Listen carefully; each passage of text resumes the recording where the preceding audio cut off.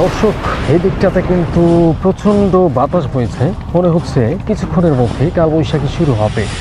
অবশ্য আমি অনেকটা টেনশনে ছিলাম, কিন্তু এই যে দেখুন, এই যে মাচাটা আছে, এই মাচাটা পাওয়ার পর, এই ডেরাটা পাওয়ার পর পুরোটা আমি এখন একটু স্বস্তির নিঃশ্বাস ফেলছি।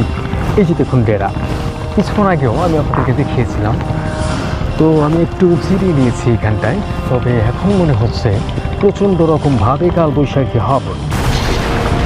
এখানকার যারা কৃষকেরা আছেন ওনারা মূলত এই ডেরার নিচে এসে আশ্রয় নেয় প্রচণ্ড বৃষ্টিতে।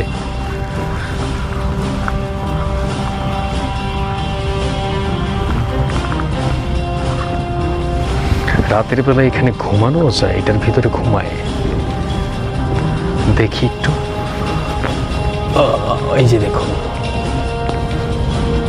ছাউনি পাতা, রাতের বেলা এখানে ঘুমায়। বর্ষাকালে যেন পানি না ওঠে এই জন্য এটাকে মাচা পদ্ধতিতে অনেকটি উপরে করে তারপর পাতা হয়েছে।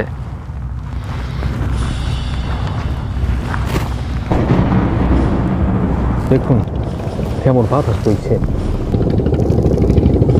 প্রকৃতি কিন্তু অসাধারণ সুন্দর। প্রকৃতির টানে, প্রকৃতির পায়ায় আমরা ছুটে চলি প্রকৃতির কাছাকাছি।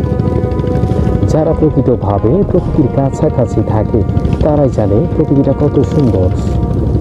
দেখুন বাসাটা অনেক ভালো লাগছে।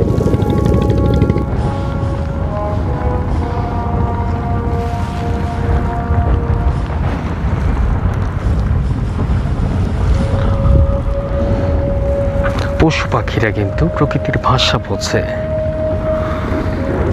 প্রচণ্ড বাতাস বইছে, কালবৈশাখীর পূর্বাভাস বলছে। গরুগুলো একটু ছটফট শুরু করে দিয়েছে।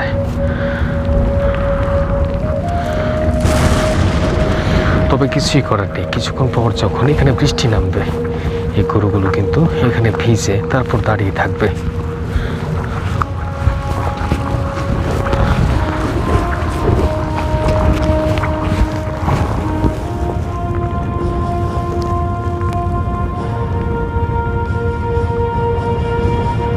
দর্শক, এখনো পুরোদমে বৃষ্টি শুরু হয়নি, তবে আমি ওই ডেরাটাকে এখন ছেড়ে এসেছি। কারণটা হচ্ছে আমি দূরে দেখতে পাচ্ছি কয়েকটা নৌকা, পালতোলা নৌকা। আমি এখন যাব ওই নৌকার দিকে। প্রচণ্ড রকমভাবে বৃষ্টি হবার আগে আমি চেষ্টা করছি ওই যে দূরে নৌকাগুলো আছে ওইখানে আশ্রয় নেওয়ার জন্য। বাতাস বইছে।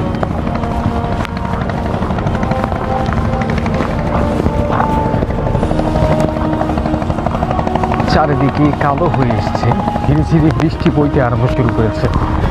এখন কিছুটা সময়ের জন্য আমাকে জোরে জোরে পা ফেলে তারপর যেতে হবে নৌকাগুলোর দিকে, যেন বৃষ্টি থেকে বাঁচা যায়। দেখুন কতটা কাদা মাটি এই দিকটাতে। বড় ধরনের সাপ থাকার সম্ভাবনা আছে, তবে জানি না কি হয়। আমাকে ছুটে চলতেই হবে।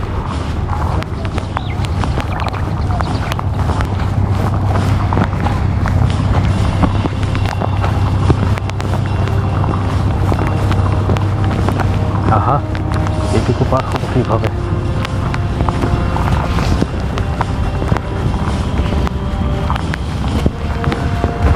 নদ ঘাটার ভিতর দিয়ে আমাকে ছুটে যেতে হচ্ছে এখন।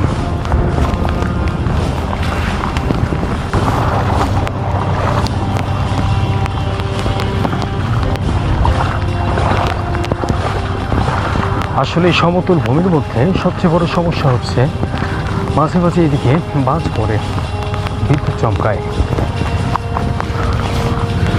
এরকমও অনেক নিউজ দেখি যেখানে নাকি বাজ পড়ে অনেক মানুষ মারা যায়।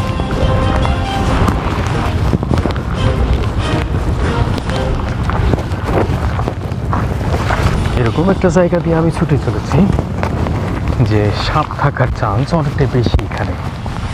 আর এই যে জলাভূমিগুলো আছে, এই জঙ্গলগুলো আছে, এখানে সাপ থাকলে কিন্তু কোনো সাধারণ সাপ থাকবে না। এখানে থাকলে বিষাক্ত সাপই থাকার সম্ভাবনা বেশি। ওই যে দেখুন মেঘনা নদী কতটাই আগ্রাসী হয়ে উঠছে। ক্যামেরাতে তেমন একটা বোঝা যাচ্ছে কিনা জানি না, তবে আমি দেখতে পাচ্ছি। দেখুন কতটা আগ্রাসী আজকে মেঘনা। বড় বড় ঢেউ এসে আছড়ে পড়ছে। চলুন আরো একটু সামনে যাওয়া যাক। দর্শক দেখুন, এই কালবৈশাখী ঝড়ের মধ্যেও ছেলেরা জাল দিয়ে পানিতে নেমে পড়েছে। এটি দেখুন, কিন্তু মেঘটা প্রচণ্ড রকমভাবে উত্তাল। এই উত্তাল মেঘনায় এখানকার ছেলেরা এই জিনিসটাকে কি বলে, এই জিনিসটাকে বলা হয় ঘের। ঘের দেওয়া বলে এটাকে। যখন নাকি জোয়ারের পানি উঠবে এই পুরোটা ঘের তলিয়ে যাবে, তারপর যখন আবার জোয়ারের পানি নেমে যাবে ঘেরের মধ্যে আটকা করবে মেঘটার বড় বড় দেশীয় জাতের মাছ। মূলত সেই উদ্দেশ্যেই ছেলেরা এখানে ঘের পাচ্ছেন।